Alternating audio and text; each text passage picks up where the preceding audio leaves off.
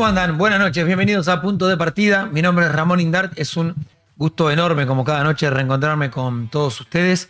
Suscribite a nuestro canal, siempre lo planteamos de entrada nomás, para generar likes y sobre todo generar comunidad en los tiempos que corren. En YouTube, @noseasneutral. Nos podés seguir en Instagram. También nos encontrás como No Seas Neutral. Hay muchos temas políticos y económicos para tocar, obviamente electorales. Se vienen 4 elecciones muy importantes en cada provincia. Siempre hay que plantear esto, son elecciones provinciales, que todo resultado se nacionaliza. Ahora te voy a explicar por qué, analizar el por qué, sobre todo en la ciudad de Buenos Aires. Hoy va a estar con nosotros Jorge Tellerman, candidato a legislador, no primer candidato a legislador, mirá quién fuera jefe de gobierno, sino en la lista de Larreta, y también María Eugenia Talerico, que fue titular de la UIF en la época de Cambiemos, que hace algunas horas nomás el presidente de la Nación le tiró un dardo tremendo por redes sociales. Talerico le va a responder aquí. Hay una noticia económica que atraviesa todo, pero no lo voy a explicar yo, lo explica la querida Eugenia Mucio. Euge, ¿cómo andás? Hola, ¿cómo andan? ¿Cómo va? ¿Bien?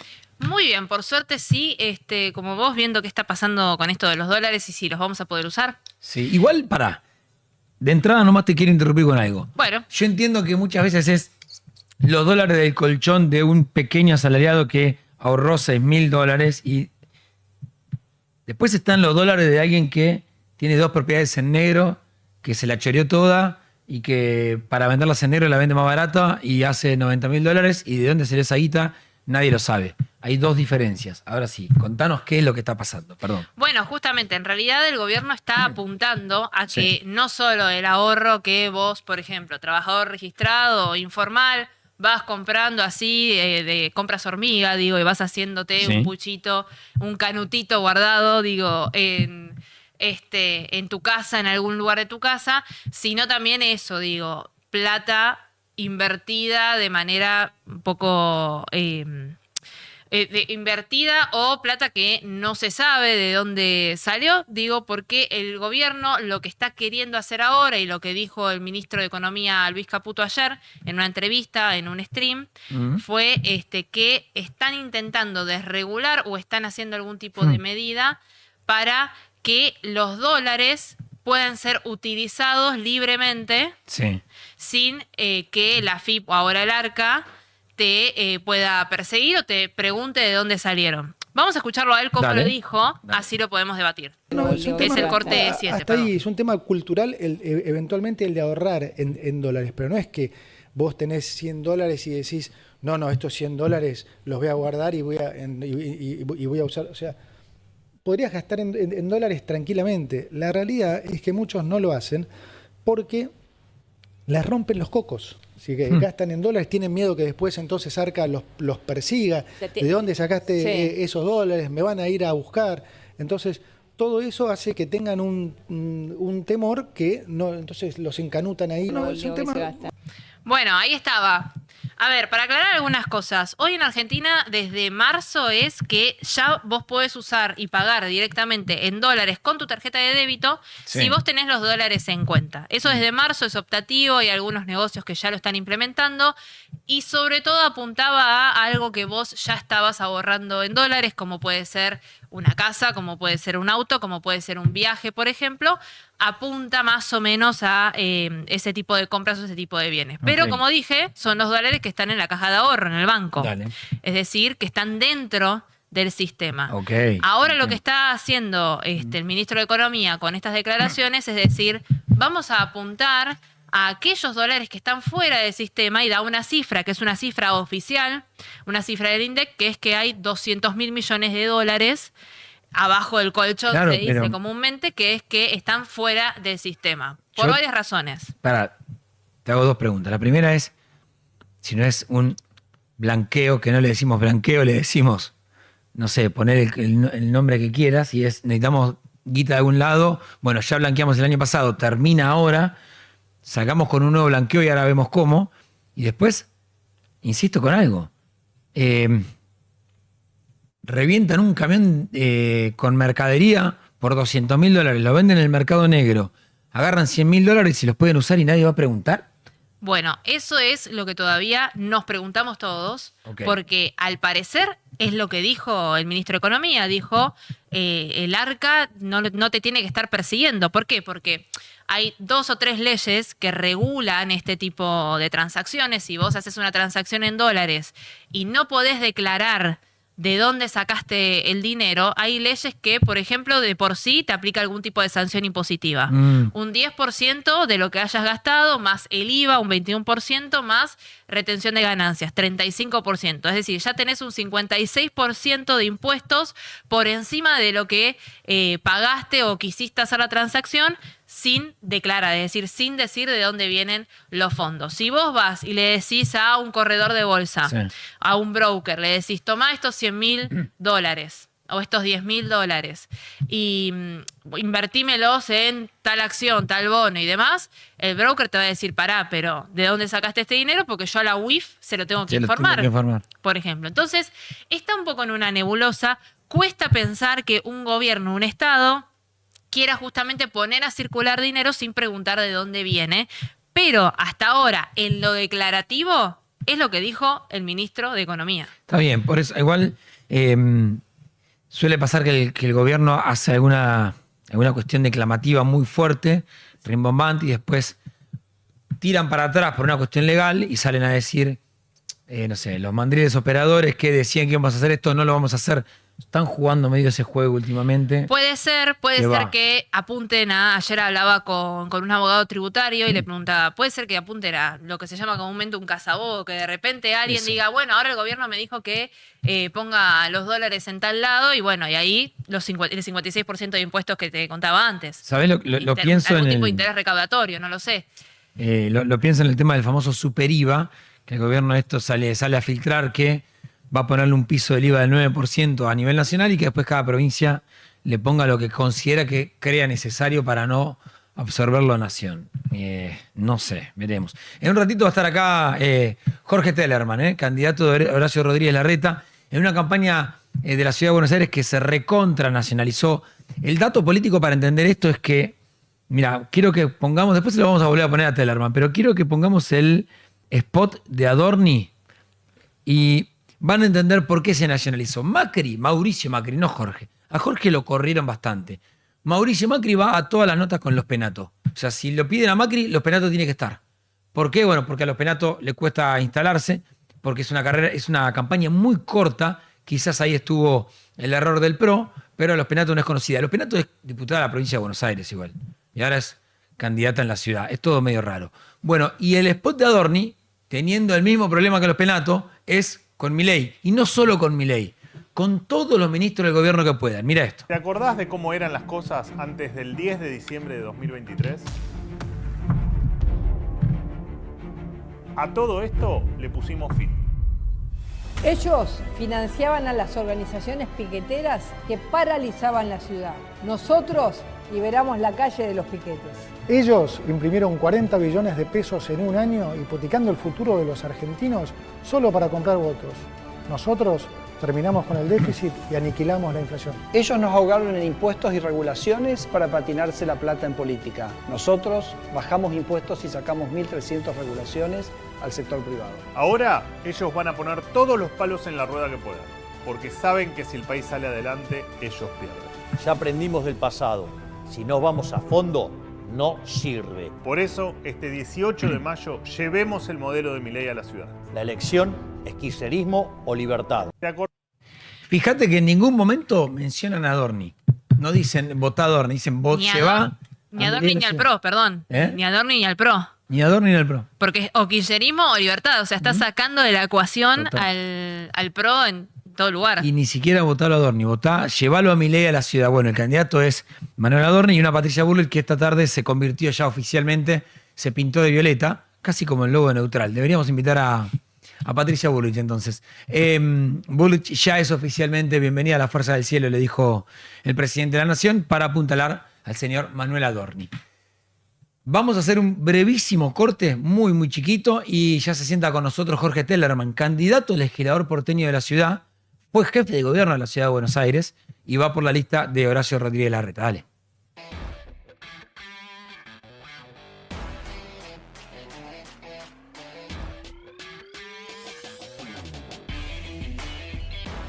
Gracias por esperarnos. Les decía, hay una elección que es transversal, que está definiendo el futuro del espacio de la derecha, de la centro-derecha. Hay mucho en juego en la elección porteña, como quizás hace mucho tiempo no veíamos. Por eso recién veíamos el spot de Adorni poniendo al presidente de la Nación, un Mauricio Macri que dice, tengo que aparecer yo, porque nos lleva un puesto. Fíjate cómo se corrió de la campaña Jorge Macri, cómo instala a los Penato, el jefe del PRO, y una Bullrich que hasta se tiene que afiliar a ser libertaria para jugar esto. En el medio de esa campaña hay una persona que, y esto es a título estrictamente personal, le está jodiendo la vida al PRO. Te lo dicen los propios candidatos, te dicen, todo lo que agarra nos lo come a nosotros y nos complica la vida. Ese señor es Horacio Rodríguez Larreta. Y en su lista, además de Tagliaferri y Emma Ferrario, lleva un ex jefe de gobierno del PRO, que es Jorge Tellerman. ¿Cómo andas, Jorge? Muy bien, acá en plena campaña, en la pre-recta final. ¿Vos Una campaña que fue corta, tenés encima igual? menos que años, pero muchas. Ok, ahí está bien. Empecé, me acuerdo cuando Antonio Cafiero el Bueno, yo era periodista en esa época, uno nunca deja de serlo, era periodista, de todas maneras militaba en el peronismo y en la renovación. La renovación, como tantos jóvenes, nos había convocado nuevamente, porque todos fuimos jóvenes. Y me dice, bueno, Jorgito, deme una mano. Nunca me tuteaba. Dice, Jorgito, deme una mano en la campaña. Digo, bueno, pero unos meses, de aquí a la campaña 85. Sí. Digo, después yo vuelvo al periodismo, que es mi pasión. Me dice, usted venga unos meses acá y vea que nunca más va a querer irse, va a poder irse. Y efectivamente, durante un tiempo compatibilicé mis actividades en la producción cultural y artística, teatral, a lo que me dedico, y el periodismo, pero la política me fue llevando. Así que desde esa campaña del 85, en una situación, y para meternos en tema, en un punto relativamente similar, ¿no? Antonio decide fundar La Renovación. Sí. Rompe con el sacrilegio en esa época todavía de partidos en un sistema político fuerte, ¿no? Como ahora que no existe más. Hay que hablar de PRO, es hablar de entelequias. Un sistema político hoy explotó. En esa época todavía estaban consolidados, eran los inicios de la vuelta de la democracia. Y, sin embargo, Antonio dice, bueno, la manera de renovar el peronismo es presentarse por afuera. Sí.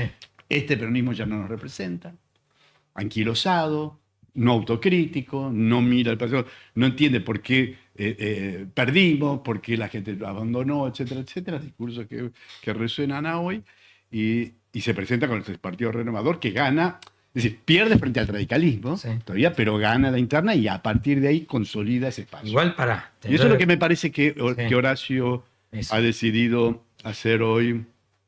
Así que esta corre por mi cuenta, porque con una mirada de mi trayectoria en la renovación peronista, ¿no? Por supuesto no tiene nada que ver con eso, pero en ese sentido, Horacio y quienes lo acompañamos, obviamente no nos sentimos representados ni a gusto, por supuesto, con una pésima gestión desde nuestra perspectiva, y creo que desde la mayoría de la gente, de la ciudad de Buenos Aires, al punto tal, como bien decías, que necesitan, pobre, traerlo a Macri nuevamente, sacarlo de sus partidos de bridge, de las actividades de la FIFA, tan tranquilo que estaba ahí, para llevarlo a las panaderías, a probar bizcochitos. Lo notaste un poquito impostado eso. Y lo otro es que no tenía nada que ver con su vida, él ya estaba dedicándose a otras cosas, no estoy inventando nada, ni difamando, ni mucho menos. Pero la crisis de un gobierno que claramente no consigue el apoyo y el favor de la gente, necesitan traer esas figuras, esos cambios de gobierno que hicieron a último momento para ver si refuerzan, sacan de la campaña a lo único, porque no nos olvidemos, más allá del enorme respeto que tengo hoy por ustedes y la admiración, no estoy tan de acuerdo con lo que decías inicialmente. Yo creo que se juega mucho menos de lo que nuestro universo periodístico y político dice en estas elecciones, porque esta es una elección, Ramón, de medio término. Una elección de medio término, evidentemente, y en la capital federal. Ustedes no se jugarán mucho, el PRO se juega un montón. No, pero igual, sí. quiero un segundo atrás, porque dijiste, cuando hablabas de Cafiero, dijiste, bueno, como los partidos ahora que el PRO no existe más. No. ¿El PRO no existe más? No, digo. Las fuerzas políticas hoy están en entredicho. Nuevamente, no digo nada nuevo. No hay espacio político que no levantes la primera capa y ya veas a su interior, ni el peronismo ni qué hablar.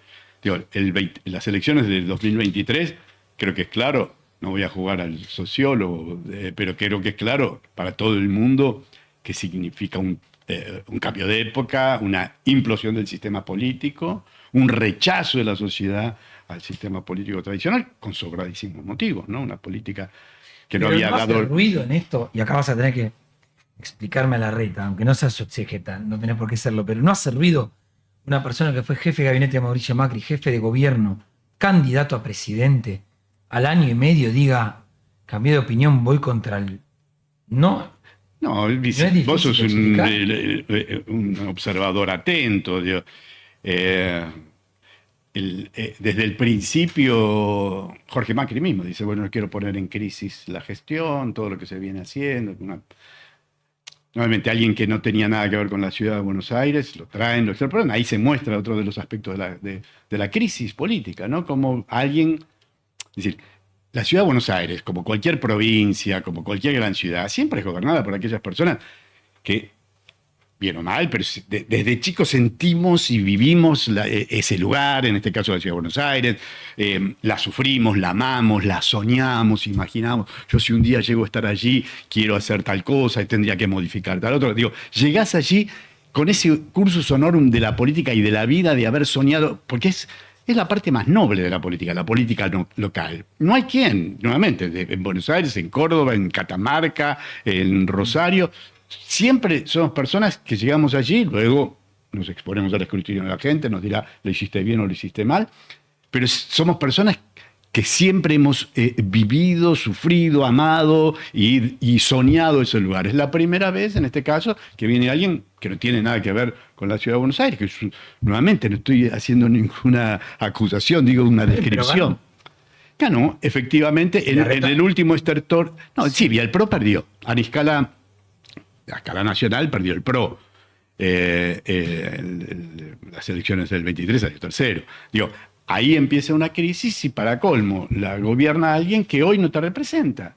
No te representa porque además decide volver para atrás con una forma de trabajo, con un método, etcétera, etcétera, que se ve a todas luces en la calle.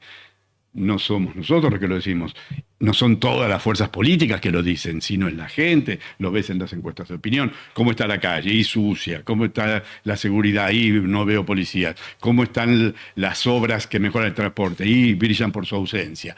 En una gestión que nuevamente, y lo dice alguien que viene de otra tradición política, que en un momento compitió con Horacio Rodríguez Larreta, y sin embargo reconozco en él, por eso cuando me convocó hace 10 años, a dirigir el Teatro San Martín, los teatros públicos y luego el Teatro Colón.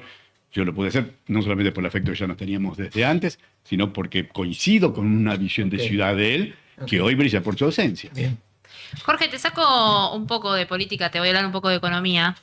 Ayer el ministro de Economía, Luis Caputo, habló del super IVA, o de algo parecido al super IVA, o el nombre que le quieran poner, ¿no? Es esto de dividir el IVA entre nación, provincias y la ciudad de Buenos Aires en este caso, algo que debería aprobar una legislatura porteña en caso de justamente darse, un 9% de parte de nación y el resto que lo ponga la ciudad de Buenos Aires. ¿Cómo ves vos hoy al distrito para afrontar, por ejemplo, una nueva carga impositiva en términos de la carga impositiva que tiene hoy los comercios y los ciudadanos de la ciudad de Buenos Aires y, bueno, cómo políticamente los puede llegar a afectar también?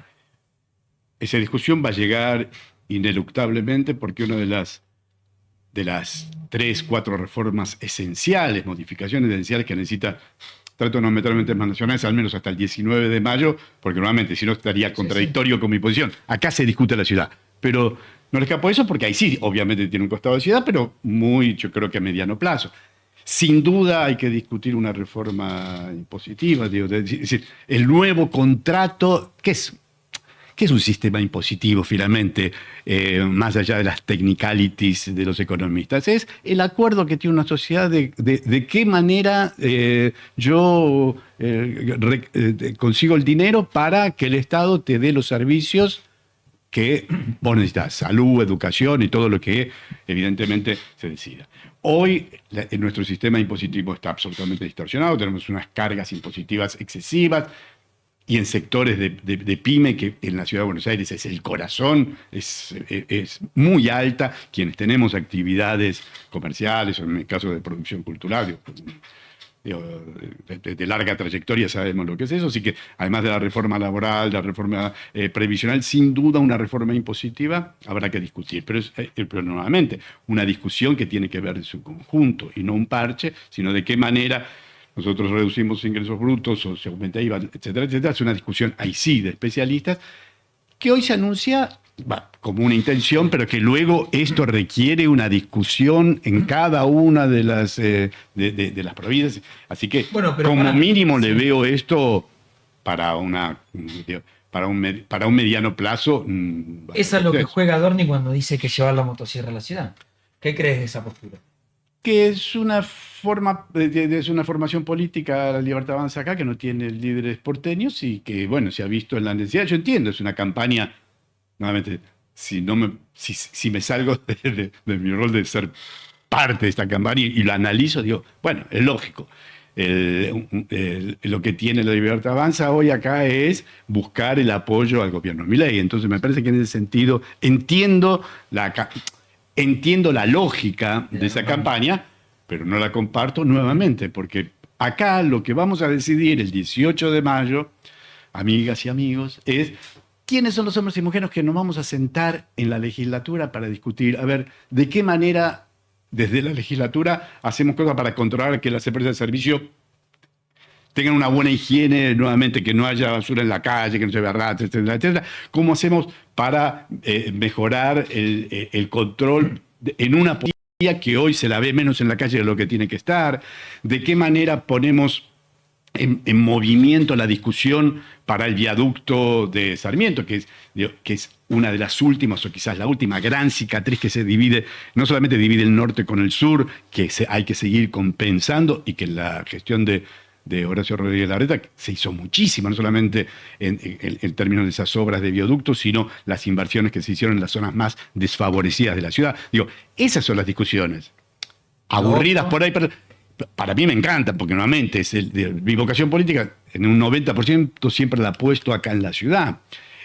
En materia cultural o en materia social, pero y también en otras materias, pero ha sido la ciudad el lugar donde yo siempre me he enfocado con mis proyectos, con mis sueños. Bueno, mira, y la otra me parece que es una discusión que en algunos casos conviene, en otros casos porque no tienen con qué darle esta discusión. Y entonces vos lo ves a un pro diciendo, bueno, acá lo que pasa es que si votás a fulano, le estás haciendo el juego a Mengano. Digo, son triquiñuelas y estrategias de una campaña, pero de la gente se ríe de eso, me parece que claramente no importa. Quiero hacer escuchar, pongamos el corte 5, hay un spot de Ramiro Marra, ya acabamos a legisladores de la Ciudad de Buenos Aires. Marra es legislador de la Ciudad de Buenos Aires y fue candidato a jefe de gobierno de Javier Milei. Hoy está peleado con Karina Milei, siempre dice. Escuchemos lo que decía Marra. Acá tenés tus auriculares, Jorge. A ver Escuchemos. qué te parece esta propuesta. A ver. Creo que hay muchas ratas acá en la plaza. ¿Hay muchas? Más grande que él. Mirá, ¿se ve? ahí están las ratas. Mirá cómo va la hija de p***.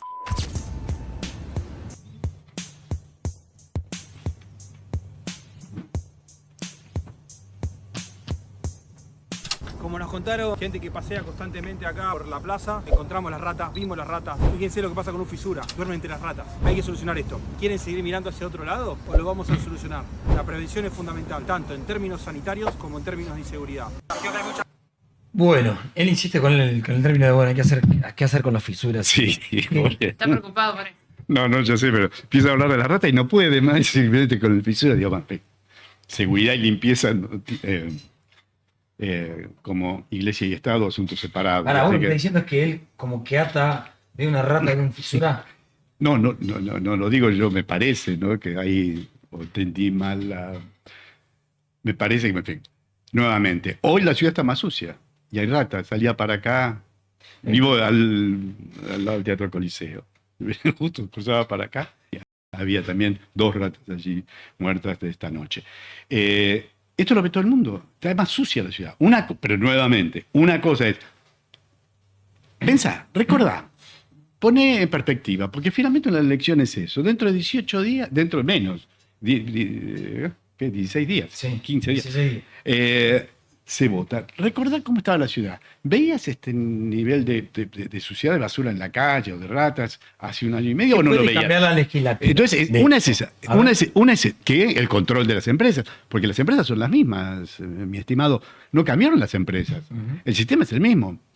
No se abarató lo que pagamos de impuestos, al contrario. Pero entonces son empresas que ya estaban en la gestión de la reta. Son gestiones, se licitaron hace muchísimo tiempo y vienen de antes. Están las mismas áreas, básicamente. Digo, lo que no hay es control sobre esas empresas. Pero ¿no crees La que policía es la poquito, misma. Jorge, cuando la reta decide ser candidato a presidente, abandona la ciudad? No, yo creo que cuando... A mí me gusta más Larreta, A ver. sí. porque es su campo de saber y de pasión, por eso me pareció tan oportuno que lo diga claramente, para que no haya hipocresías. La otra vez en el debate, sí, por supuesto, este es el primer paso, porque lo que queremos es volver el 27, disputar allí el favor de la gente para volver a gobernar la ciudad. Entonces me parece que ahí hay nuevamente una decisión de despojarle la hipocresía que tiene nuevamente cierta parte de la política. Eso, de presentarse acá, en realidad, no me interesa, lo que pasa es que hay que fortalecer al mengano, fulano, no, es mujeres y hombres que tenemos ideas de qué hacer en la ciudad, y no que decimos lo que vamos a hacer, sino todos los que estamos allí podemos decir, júguennos. ¿A usted le gustó cómo estaban los teatros públicos estos últimos años? Yo creo que sí, porque mientras yo manejé el Teatro San Martín, los teatros públicos, el Teatro Colón, una explosión de público, de críticas, etcétera, etcétera. ¿A usted le gustaba cómo estaba la ciudad en términos de higiene urbana? ¿Veía más policías en la época que gobernaba Horacio? ¿Vio obras como el viaducto, los viaductos que levantaron el tren y sacaron las barreras, que es lo que hay que hacer hoy en el Sarmiento? ¿Vio la inversión en la Villa 31 de urbanizar las villas? ¿O el playón de Chacarita? ¿Lo vio? ¿Le gustó? ¿Le parece que mejoró la ciudad? Te lo dice alguien nuevamente que viene de otra tradición y sin embargo reconozco en él no solamente esa capacidad de hacer, sino esa visión de amalgamar una ciudad que en estas inversiones en el sur de la ciudad, en la Villa 31, en el playón de Chacarita, también le dio homogeneidad para mirar esas diferencias de manera humanista y no pensar que toda la gente que está en la calle son unos fisuras y delincuentes que hay que mirar, sino, sin duda, la policía tiene que ver y ser eficaz previniendo a aquellas personas que están en la calle que comportan un riesgo. Pero hay una situación de gente en la calle que tiene que ver con la ignominia de toda una dirigencia que me permitió que en la Argentina haya 40% de pobres. Entonces, mirar, porque hay gente maravillosa en la Ciudad de Buenos Aires, en los equipos que atienden a la gente de calle. Antes de quedarme sin tiempo. Entonces, cuando ves más gente en la calle, ¿qué opinión te merece el gobierno de Milei? Lo que yo digo es, Ramón, ¿cuánto es de pobreza? ¿Cuánto hay de pobreza ahora? ¿Cuánto es? ¿40 y pico? Sí. No, ahora en la última 38. 38.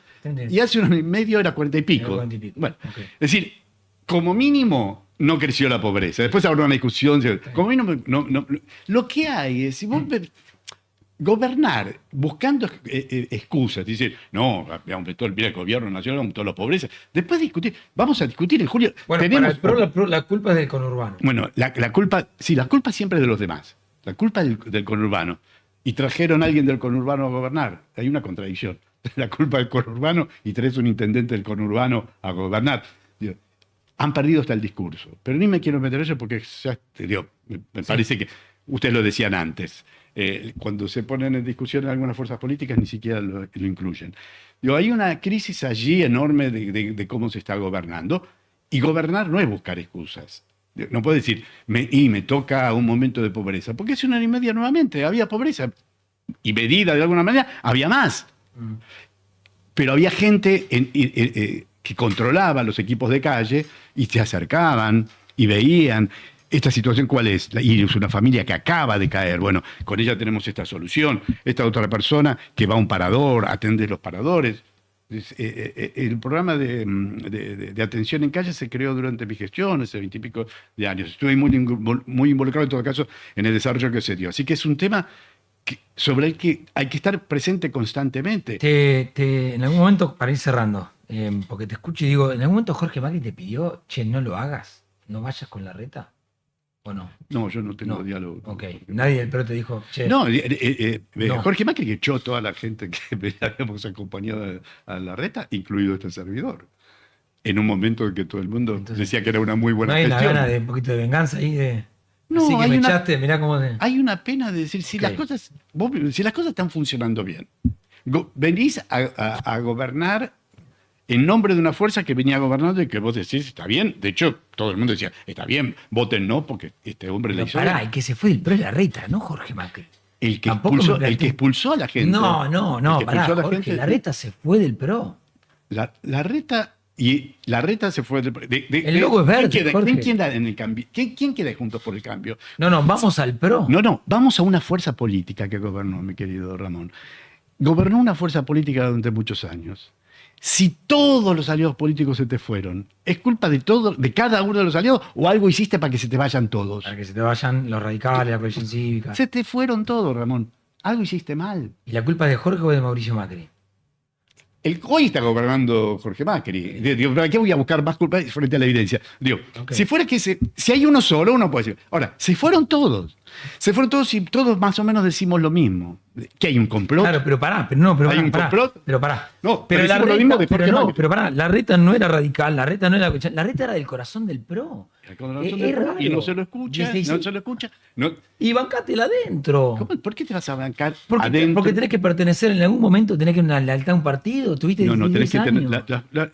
Y es como yo te daba Bullrich, el al otro día Bullrich fue, abraza a Milei y se hace violeta Yo te por daba, una- yo te daba el ejemplo. La democracia en la Argentina, y eso lo reconoció el mismo radicalismo, se consolidó el día que algunos peronistas tuvieron el valor de irse del partido, hacer la renovación y apoyar el proceso democrático iniciado en el Seguramente 83. tenga razón vos. Seguramente tenga razón vos. Seguramente. Pero me cuesta entender eso, pero no importa. No, Vamos a ver se qué fueron todos, se defienden las ideas de ese espacio, unas ideas sobre la ciudad de ese espacio, Bien. y las que hoy se implementan desde el gobierno están desertadas. Bien. Si se gobernara bien, el problema de la sociedad no es de qué manera estableces tu vínculo interno del partido, sino gobernás bien o gobernás mal. Si nosotros seguimos discutiendo el sexo de los ángeles, con mucho respeto, de qué pasa con este, si le hablaste, si no le hablaste, y no nos importa que durante décadas hemos arruinado cada vez más la Argentina, y después nos vamos a asombrar que venga alguien extravagante y nos gobierne, que diga, todos ustedes son la peste. No. Dios. Bien. Argentinos a las cosas y políticos a hacer bien el gobierno. Jorge Tellerman pasó por punto de partida. Gracias, Jorge. Muchas gracias. A ustedes.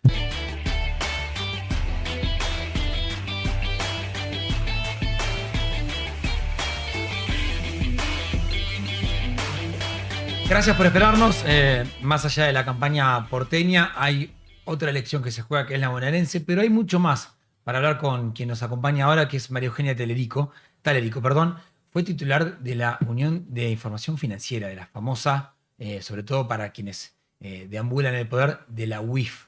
Y hace un ratito, Euge, vos contabas que Caputo quiere que saquemos, o que mucha gente saque dólares del colchón. Sí, sin quiere declarar. desregular justamente el uso de dólares sin declarar el origen de fondos. Mi pregunta a Euge era, ¿y qué control vamos a hacer de los dólares que salgan debajo del colchón, como si fuéramos todos pequeños ahorristas? Hay otra gente que maneja mucha guita en negro, que evidentemente va a tener una ventana de oportunidades. ¿Y hay algo que se puede controlar o no? María Eugenia, ¿cómo andás? Muy bien, un gusto estar acá. No quiero entrar primero en lo bonaerense y más. Esta noticia nos irrumpe hacia esta versión que el propio Caputo marca. Mi pregunta es, ¿hay algo para controlar de todo esto o va a ser un día libre? Bueno, a ver, Caputo era mi ministro cuando yo estaba en la Unidad de Información Financiera y teníamos mesas de coordinación, porque la UIF es esencialmente un regulador del sistema económico y financiero en materia de prevención de lavado, con lo cual él sabe, me parece, los resguardos que debería tomarse para este nuevo blanqueo, como le quieran llamar, en un nuevo contexto. Me parece que obviamente quizás hay una oportunidad de que la gente vuelva a sacar plata del colchón, más si hablan de esas cifras, porque bueno, el acuerdo con el fondo le dio un ventaje distinto, me parece, parece la situación. El tema es que el origen de los fondos, preguntar por el origen de los fondos, más allá de que vos quieras hacer una amnistía fiscal, no pagamos impuestos, pues sacamos toda la plata de los colchones y no pagamos impuestos. La amnistía fiscal no puede venir sin que preguntemos el origen de los fondos, sobre todo si quieren blanquear cash. Claro. Porque es cierto lo que dice Caputo, que en muchos países ni te preguntan nada si vos, pero es por transferencia, si compras cosas, si es por transferencia, vos estás bancarizado. Entonces los bancos ya hicieron una debida diligencia que saben quién sos y qué plata está circulando en el sistema. Entonces acá el riesgo es cuánto cash va a haber del blanqueo y si es cash, el resguardo de que van a tener que firmar la declaración del origen de los fondos. Sí o sí.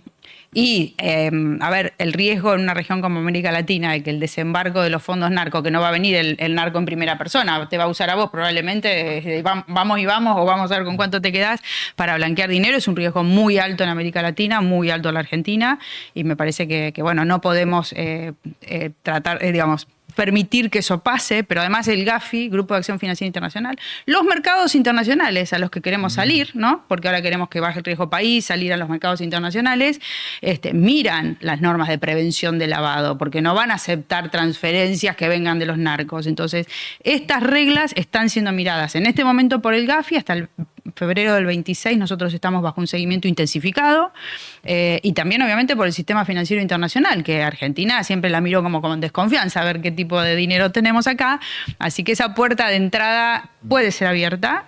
A mí me encantaría igual que sea en el marco de una discusión legal, porque hay que ver si se puede hacer esto por decreto, si es con una discusión en el Congreso. Claro. Y ahí quizás la oportunidad también de la famosa reforma tributaria. O sea, todo el mundo está pidiendo ser más competitivos con esta apertura al mundo que tenemos, y entonces capaz que es hora también de dar junto con la discusión del blanqueo, la discusión finalmente de la reforma tributaria y de esta relación nación-provincias y todo eso que en el marco del acuerdo con el fondo dice que lo tenemos que discutir. Bien. Ahora, vos bien dijiste recién que Caputo tiene noción de esto, del GAFI, mirándolo, de los grupos internacionales, viendo qué está haciendo Argentina con el dinero y esta desregulación. Entonces, ¿por qué salir a declarar algo como eso, sabiendo que puede llegar a tener ese tipo de consecuencias? Yo, la verdad que no escuché la declaración del ministro bien, ¿viste? Y este detalle, si se refiere al cash, si se refiere a no cash, si se refiere a que es cierto que en el mundo no te preguntan muchas veces, pero en el mundo generalmente las operaciones están bancarizadas. Claro. Entonces, me parece que por ahí las expresiones de él, que es animar y alentar a que esto suceda, no tienen este nivel de detalle, por eso yo a los que me consultan ahora digo, quiero ver qué van a escribir. Que me parece. Ahora, hace un tiempito me metí a ver un poco el tema WIF y vi cómo iban echando gente bastante fuerte. Alguna fuente que tenía por ahí, que después voló por el aire, lamentablemente me quedé sin fuente de dentro, me iba contando como el día a día, sacaron a Santiago Caputo entra de esta manera. ¿Qué ves hoy en la WIF? ¿Y qué te parece que la maneje Santiago Caputo? Ojalá sea nada más la WIF. O sea, pues la WIF es una foto de un problema institucional que nosotros venimos viendo y alertando y tratando de que no se repitan estos errores. Obviamente la gente de la UIS que habían puesto a cargo era una gente que fue a cumplir con la ley. Ignacio Jacobucci, el día que yo lo defendía, cuando el gobierno dijo que nos vamos a reír de Talerico la semana que viene y nombraron a mi exmarido, era una persona que se resistía a que la UIF no intervenga en los asuntos de corrupción, y al vicepresidente se lo habían echado cuando se metió con Insaurralde, y después toda la investigación que había de la UIF en los casos de corrupción, no lo podían parar a Jacobucci porque estaba cumpliendo el rol legal. Entonces lo echan. Y ahora el reemplazo es junto con un ministro de Justicia que desde el primer día dijo que quería sacarle las facultades de querella a la UIF, que es un organismo que fue muy poderoso en las acusaciones y que sigue siendo muy poderoso. Vamos a ver si lo bajan finalmente de todos lados, porque se hizo realidad este anuncio de que le sacaban la facultad de querella a la UIF. Ahora, al vice de la UIF lo sacan por investigar a Insaurralde. Sí, claro. Tesio lo echan y todas las versiones de ese momento, más allá del silencio que algunos guardan, porque no todo el mundo se anima a salir a hablar en contra del gobierno, o cuando pasan estas cosas, en el contexto de la UIF constituida como querellante en Insaurralde. Lo que pasa es que los diálogos con Guado, con Guado de Pedro, Mena, ellos incluso salieron a atacarme todos juntos, Caputo, Mena y Guado. En su momento, ¿te acordás que así como hoy el presidente se equivoca con que dice que yo no sé qué con la Cancillería y era migraciones, en ese momento decían que yo había estado en la FIP persiguiendo gente, y cuando era la UIF, y en ese momento al unísono, Mena, creo que fue Parrilli, el otro, Tailade y las cuentas de Santiago Caputo diciendo desde la UIF se persiguió, ¿no?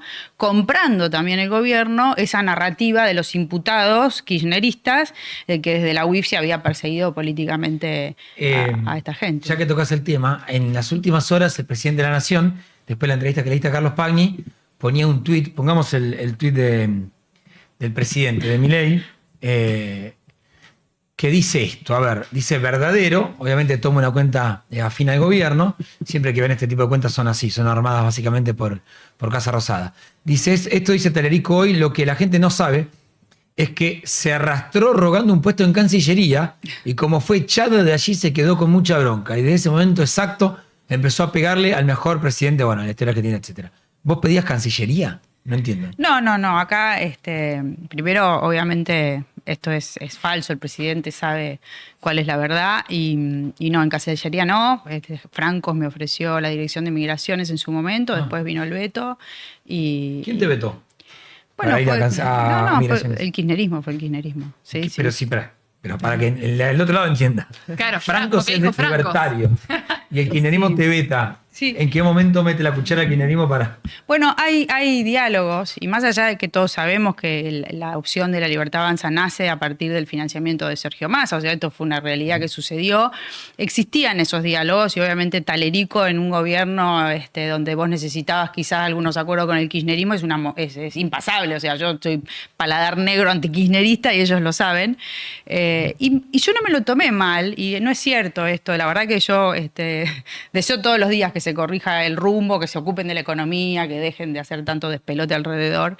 Y no es cierto que ni me quedé enojada, ni que me perdí. Sí, que nada. Que todo lo que dice el presidente... Claro, que lo que dice el presidente sea verdad. O sea, yo... te lo tomás a la risa lo que planteó, no sé. No, es que yo quiero que... La verdad que esta alternativa, que por ahí pasamos a la provincia, ¿por qué algo distinto si nosotros queríamos que a este gobierno le vaya bien? No somos el enemigo a combatir, ¿viste? Y entonces es porque los principios y las convicciones que hacen con que todos estos manoseos institucionales no tienen que ser para generar confianza.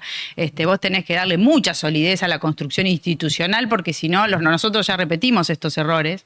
Y entonces queremos eso, o sea, queremos construir una alternativa que cuando la gente mire alrededor diga, bueno, acá hay alguien republicano que defiende las ideas de la libertad, que yo digo están en la Constitución Nacional y que quiere que el sistema no sea de confrontación permanente, porque ¿cuál es el futuro de la Argentina si nosotros nos seguimos peleando, odiando con todos estos discursos desde lo máximo del poder? Voy a interrumpir acá entonces.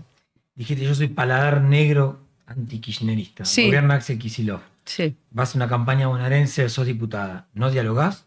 ¿Sabés por qué soy paladar negro antikirchnerista? Porque ella está, Cristina Kirchner, condenada en doble instancia, tiene todavía juicios pendientes. Fue un gobierno del 2003 al 2015 que saqueó el Estado Nacional como nunca otro movimiento político lo hizo.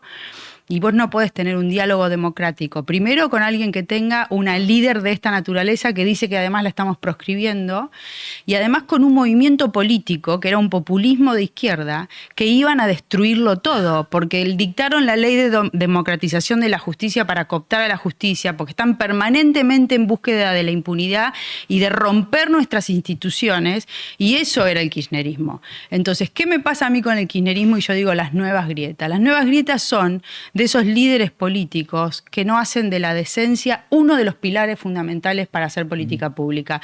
Y ahí lo tenés a Axel Kicillof, que por ser parte de la maniobra de YPF y los 16.000 millones de dólares que ahora nos están condenando, Kicillof fue parte de esa maniobra para que los Kirchner junto con los Eskenazi pudieran hacer uno de los negocios de corrupción más extraordinario de los que somos víctimas los argentinos.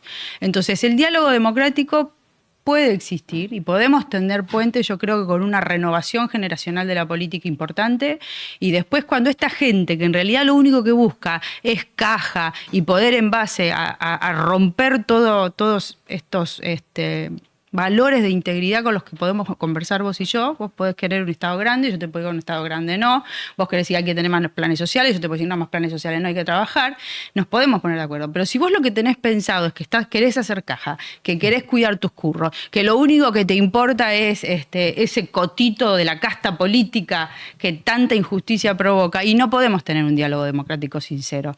Entonces yo tengo ese problema con el kirchnerismo, porque son profundamente corruptos e hipócritas y todavía le siguen vendiendo a la gente futuro, cuando fueron los responsables de esta catástrofe que nos está pasando a los argentinos. Entonces, entrar en diálogos con estas personas que lo único que buscan es la impunidad de la jefa de una asociación ilícita, a mí me parece que es profundamente inmoral.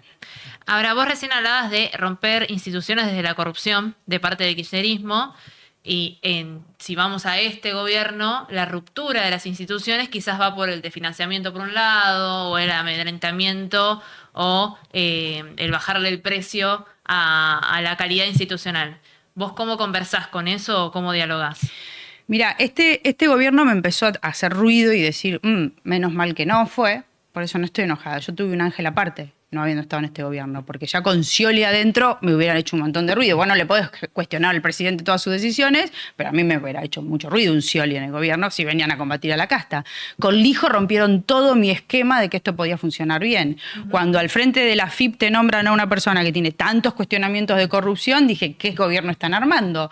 Cuando la CIDE está a cargo de un amigo de Santiago Caputo, la CIDE, cuando la Argentina tiene amenazas a su seguridad nacional por los narcos y el narcoterrorismo, a cargo de Neyfer, y dije, esto está armado todo en base a amigos que van a obedecer al poder. Esto pasó también en la UIF. Entonces, todo ese armado institucional es nefasto. La Argentina ya tuvo una persecución, como hizo el kirchnerismo, desde los organismos del Estado que tienen que estar para investigar, para controlar, con tipos honestos, con tipos idóneos, porque esa es la Argentina que va a generar confianza y va a generar futuro. Y ahí este gobierno me empezó a hacer mucho ruido, y es alertas para decir, por favor, corrijan el rumbo, porque, a ver, la gente le dio el mandato económico, están haciendo cosas bien. El proceso de desregulación, desburocratización, sacar el Estado de encima, saca mucho curro anticorrupción, pero después vos necesitas una política anticorrupción para que no te pase nada con el pliego de la hidrovía, para que no haya tanto ruido alrededor del gobierno con otros negocios que se pueden estar haciendo con empresas públicas, para que no te pase el tema de Libra. Entonces, la Argentina, si sigue funcionando con esas reglas, es una Argentina que tiene, como yo digo, pies de barro. Y encima tenemos un gobierno que obviamente yo no comparto, porque te estoy gritando, odiando, generando esto de confrontación política para ganar elecciones. Yo digo, esa Argentina no es la que yo quiero. Si fueras titular de la UIF y veías el caso Libra, ¿qué pensabas? Mirá, a nosotros nos tocó ser titular de la UIF y salir a investigar Panama Papers, donde estaba el presidente mismo involucrado, sí, o empresas de parientes del presidente involucrados que salimos a investigar. ¿Y qué es salir a investigar? Es apretar el botón de la Unidad de Información Financiera al exterior para reunir información y acompañarla a la justicia, y lo hicimos. Y eso hubiéramos hecho. ¿Generaste algún resultado igual apretando el botón cuando Macri fue presidente? Sí, la información se adjuntó todos los expedientes y obviamente, bueno, en Panama Papers no salía ningún involucramiento preciso del presidente Macri. No, el Calcaterra es otra cosa. No eran sobornos, eran nosotros en Calcaterra, con Calcaterra, que era el primo del presidente Macri, hicimos nuestra tarea. Obviamente había mucho involucramiento. Y afuera, yo fui una de las primeras que salió a pedir el juicio político de estos 3 jueces cuando lo quisieron sacar a Calcaterra. Yo pedí el juicio político de Maíquez, me acuerdo porque es el primero que me viene a la cabeza, y estaba... Todos conocen a Maíquez. Bueno, todos conocen a Maíquez. Poca gente intentando poder como Maíquez. Sí, pero estaba Barrotaveña también ahí, que a mí me sorprendió mucho, y que además es miembro del Consejo de la Magistratura. Rápidamente rechazaron el pedido de juicio político, pero por suerte logramos, con tanto lío y con la actuación de la UIF de Jacobucci, volver para atrás ese procedimiento, y ahora está en la causa de los cuadernos. Ah, ahora está. Sí, se volvió. Hicimos tanto ruido que no, va al juicio oral. Y de última, el juicio oral, en la plataforma del juicio oral, es donde tendrán que decir en qué consistieron y por qué se dieron este tipo de... Si yo manejara mal la UIF, una vez esta persona me contaba, y quiero chequearlo con vos al aire de paso, ¿puedo tener información? ¿Hasta dónde puede llegar el nivel de información de una persona y de sus cuentas bancarias si pide información sensible a la UIF, cuando no hay razón para tenerla? Cuando salís por fuera del estándar a pedir cualquier cosa. No, mira, a la Argentina se les cerraba. Nosotros llegamos y estaban cerradas las puertas de información para la Argentina en la época del kirchnerismo. Habían usado una información de Nisman. No, perdón, me refiero a esto. Si hoy yo soy Santiago Caputo y digo... podés mandar a la UIF... Pasame algún archivo de Telerico. ¿Hasta dónde llega esa información? No, bueno, ahora hicieron una reforma donde con la excusa de la ciberseguridad y la CIDE metida en los distintos organismos, yo creo que ahí hay un riesgo de que directamente el reservorio de esa información vaya a parar a esta CIDE y a las personas que están a cargo de estos lugares. ¿De la UIF a la CIDE la información ahora se puede compartir? Y se puede compartir. O sea que Caputo puede pedir información. Sí, Caputo igual está con el vicepresidente, no sé la verdad decirte por Paul, porque no sé qué vínculo tiene Polestar, pero Caputo, el vicepresidente seguro que es un infiltrado de Caputo ahí. Sí, no me acuerdo ni el nombre, pero me lo nombran todo. Y claro que podés hacerte de información. No solamente podés hacerte de información, de decir, che, busquen a ver qué hay de fulano, sultano. Facundo Manes, por ejemplo. Sí, si no, joroben a fulano. El problema es, además, joroben a fulano. ¿Cómo podés jorobarlo con la UIF? Y porque buscas información y la UIF tiene acceso a información de muchas plataformas, inmobiliarias, registro de automotor, escribanos, vos podés hacer requerimientos en el marco de tus análisis. No hay secreto fiscal, no hay secreto profesional, no hay secreto bancario, no hay nada para la UIF. Entonces, es un poder de inteligencia financiera muy importante y por eso las alertas de quién maneja. Claro, ¿quién audita la UIF? Hoy. No, la UIF, en la reforma de la ley no, pero le metieron... Nosotros habíamos, cuando se reformó la ley, antes de que venga el GAFI, habíamos hecho todo un capítulo de designación y remoción de autoridades, y cuidaba su autonomía de una manera extraordinaria. Ese capítulo el Congreso lo rebanó todo y puso como contralor a la Comisión de Inteligencia. La ley, la UIF no es formalmente parte del Sistema Nacional de Inteligencia, no lo es. Está bajo la órbita del Ministerio de Justicia, de hecho, y sin embargo le pusieron la Comisión de Inteligencia, que en ese momento la manejaban Parrilli, Tailade, Moró. Y nosotros alertamos diciendo cuidado con esto. Pero bueno, ahora tiene ese contralor. El tema es que, bueno, como el jefe de la UIF resguarda la información operativa. En un proceso de modernización, a nosotros en el gobierno de Mauricio Macri también quisieron venir a auditarnos nuestros sistemas y querían también formar parte de la organización de la cuestión informática, las herramientas informáticas. Pero bueno, nosotros no lo permitimos.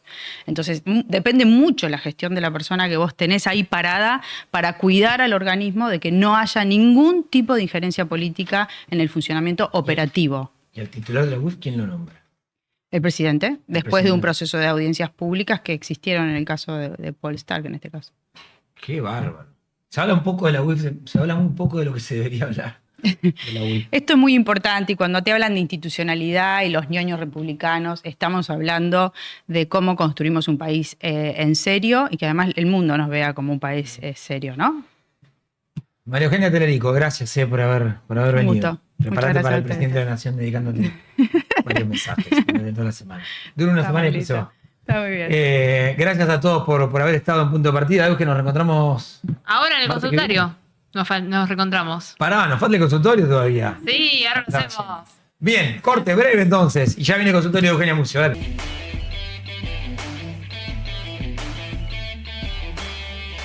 Me olvidaba, pero acá estamos, hay consultorio de Eugenia Mucio, así que vamos, querida Euge, a ver, ¿qué tenemos? ¿Qué preguntó la gente en la semana? Muéstranos. Yo siempre digo consultorios economía en 2 pasos. Es lo mismo. A ver, oficio de consultorio. Okay, dale. O sea, ellos preguntan, yo respondo. Acá bien, dale. ¿Qué tenemos? A ver, dámelas a mí. Igual la vamos a poner en la placa. La vamos a poner en pantalla, sí. ¿Las ponemos en pantalla? A ver. Bueno. ¿Cuál es el fin de la regulación para el uso de dólares? Bueno, estábamos hablando de eso, todavía está por verse. Ahora, lo que pienso o analizo respecto de esto es el gobierno está queriendo sostener un dólar barato, está queriendo sostener un dólar en el piso o cerca del piso de la banda cambiaria, es decir, cerca de 1.000, 1.100 pesos, lo que quiere decir que va a necesitar una super oferta de dólares dando vueltas. La duda que me queda ahí es tener los 15.000 millones del fondo, hiciste un blanqueo hace insaciable, Caputo. menos de 6 meses. Insaciable. Es decir, ¿por qué ahora necesitas? La duda que me queda es esa. ¿Por qué ahora necesitas los 200.000 millones de dólares que tiene la gente abajo del Es una colchón? pregunta muy fácil para un funcionario, porque creemos que hay que prevenir y no ir con la urgencia, Eugenia. Bueno, Faltaba más.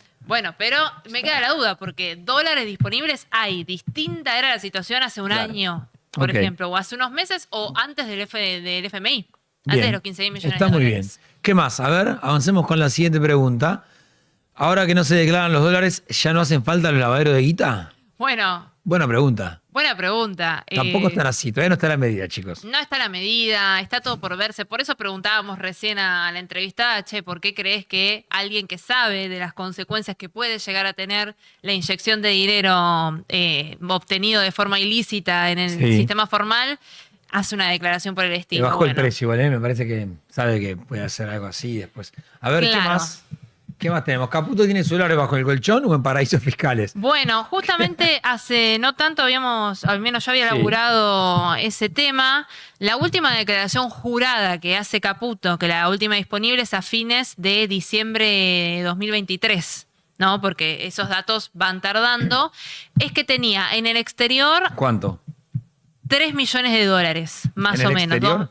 Estoy revisando en este momento, pero 2.900.000 dólares tenía al 31 de diciembre de 2023 a un tipo de cambio ¿No los va a traer? para ese momento. Esa es la duda. ¿Nos va a traer? ¿Por qué? Porque Caputo habla de un sistema que fue ganando confianza. Debería. Que los inversores deberían tener confianza. Bueno, hay que ver si trae el dinero. Duhovne en su momento, ¿te acuerdan que trajo?